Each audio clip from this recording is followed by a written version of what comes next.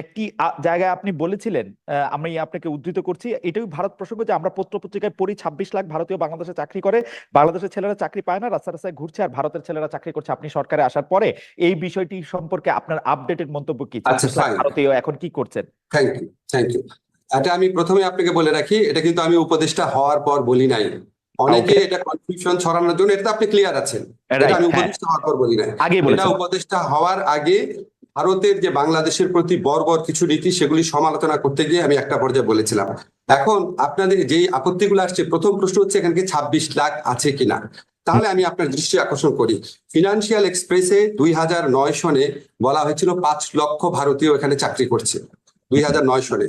2015 সনে ডেইলি স্টারের রিপোর্ট, 2015, আজকের থেকে 9 বছর আগে, সিপিডি সিপিডি বলেছে রেমিটেন্স পাঠানোর দিক থেকে বাংলাদেশ হচ্ছে পঞ্চম। 2013 সনে $3.71 বিলিয়ন, $3.71 বিলিয়ন 2013 সনে পাঠানো হয়েছে। এবং সেই রিপোর্টে বলা হয়েছে এটা অফিসিয়াল ফিগার, আনঅফিসিয়াল ফিগার এর চেয়ে আরো অনেক বেশি। এখন আপনি বলেন, যদি এইরকম কোনো অ্যামাউন্ট থাকে যে আনঅফিসিয়াল ফিগার মিলে যদি এটা ধরেন ডাবলই ধরি আমি, তাহলে প্রায় $8 বিলিয়ন পাঠানো হয়। হ্যাঁ, এখন এই বিপুল পরিমাণ রেমিটেন্স যারা পাঠায়, ভারতে যদি পাঠানো হয়, ওরা কি ভারতীয় না অন্য দেশের? তার মানে বিপুল পরিমাণ ভারতীয় এখানে আছে।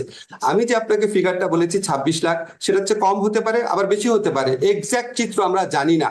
কেন জানি না? আপনাকে আপনাকে আমি আরেকটু বলি না, আরেকটু বলি আপনাকে কেন জানি না। আজকে দেখবেন সালমান এফ রহমানের সাথে এনএসআই চিফের একটা বক্তব্য ভাইরাল হয়েছে, আপনি ফেসবুকে খুঁজলেই পাবেন, টেলিফোন রেকর্ড তখনকার সময়। সেখানে উনি বলছেন যে বিভিন্ন সেক্টরে, বিশেষ করে সফটওয়্যার সেক্টরে অনেক লোকজন আসে যাদের জন্য ওয়ার্ক পারমিট দরকার হয় না, তারা কন্ট্রাকচুয়াল ওয়ার্কার হিসাবে আসে। এবং উনি ধমক দিচ্ছেন এনএসআই চিফকে যে বিডার অনুমোদন এখানে লাগে না, তুমি এখানে সিকিউরিটি জিনিস দেখবা, তুমি অন্য জিনিস দেখবা কিনা, দেখবা কেন? এবং উনি কিন্তু খুব ক্যাটাগরিক্যালি ভারতের কথা বলে না এখানে।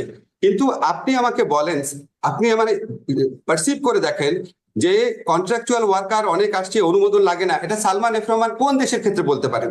হতে পারে চায়নার ক্ষেত্রে বলতে পারেন, কিন্তু চায়নার ক্ষেত্রে যদি না লাগে তাহলে নিশ্চয়ই ভারতের ক্ষেত্রে লাগতো না, কারণ ভারতের প্রতি তো আমাদের একটা নতজানু নীতি ছিল। এই সমস্ত জিনিস যদি আপনি অ্যাড করেন, আমরা একটা কনক্লুশনে আসতে পারি, বিপুল পরিমাণ ভারতীয় আনডকুমেন্টেড এখানে কাজ করছে। আমি প্রথমে আপনাকে ক্লিয়ার করি, আজকে প্রবাসী কল্যাণ মন্ত্রণালয় যখন গিয়েছিলাম, তখন একজন সাংবাদিক আমাকে প্রশ্ন করেছিলেন, ওনার ধারণা ছিল এটা হচ্ছে আমার মন্ত্রণালয়ের বিষয়। আমি প্রথমে আপনাকে ক্লিয়ার করি, বাংলাদেশে যারা বিদেশি চাকরি করেন, আইদার লুকিয়ে অথবা প্রকাশ্যে, এটা আমার মন্ত্রণালয়ের বিষয় না।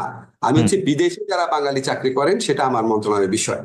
আমি আমার 3টা মন্ত্রণালয়ে এত ব্যস্ত থাকি, আমি আপনাকে অনেস্টলি বলি, আমার প্রথম 1 মাসে আমি 3-4 ঘন্টা ঘুমাতাম, আমি 16 ঘন্টা কাজ করেছিলাম। আমি শুক্রবার দিন অফিস করতাম, সচিবালয় সবাই আছে, আপনারা খবর নিয়ে জিজ্ঞেস করেন। অবশ্যই, অবশ্যই। ফলে আমি আমার মন্ত্রণালয়ের বাইরে অন্য কোনো কিছু দেখার সুযোগ পাই নাই। তবে এই মন্ত্রণালয়ে যিনি কাজ করেন, যারা কনসার্ন অথরিটি আছে, আমি তাদের কাছে কিছু কিছু জিনিস জানতে চেয়েছি, আমি এখনো সঠিক উত্তর পাই নাই। আপনি জানেন বিডা সহ বিভিন্ন প্রতিষ্ঠান রিঅর্গানাইজ করার কাজ চলছে। আমি আপনাকে এইটুকু অ্যাসিউরিটি দিতে পারি যে অন্য কোনো উদ্যোগ থাকতে পারে, কিন্তু আমার উদ্যোগ অবশ্যই থাকবে। ভারতীয় শুধু না, এই দেশে যারা চাকরি করে তাদেরকে প্রপারলি চাকরি করতে হবে। যদি বাংলাদেশে স্কিল ওয়ার্কার থাকে, অন্য দেশ থেকে আপনি ওয়ার্কার আনতে পারবেন না। যারা কাজ করে তাদের প্রকৃত বেতন দেখায় কাজ করতে হবে, জব পারমিট লাগবে, তাদেরকে লিগাল পথে টাকা পাঠাতে হবে। এইসব ব্যাপারে অবশ্যই অবশ্যই আমি সোচ্চার হব, এখনো সোচ্চার আছে। আপনাকে যদি বলি, এখনো আমি সরকারের বিভিন্ন পর্যায়ে এইসব কথা তুলেছি, কিন্তু আমি একদম ফর্মালি যখন উপদেষ্টা পরিষদে আলোচনা হবে, অবশ্যই আমি জিনিসগুলো তুলবো। কিছু কিছু ব্যাপার আমি কোথায় প্রশ্ন করছি, কোথায় উত্তর জানতে চাচ্ছি, আমি আপনাকে সবকিছু এখন বলতে পারবো না। তবে এটা আমি আপনাকে কনফার্ম করি, অবশ্যই এই ব্যাপারে আমার দৃষ্টি থাকবে। এই ব্যাপারে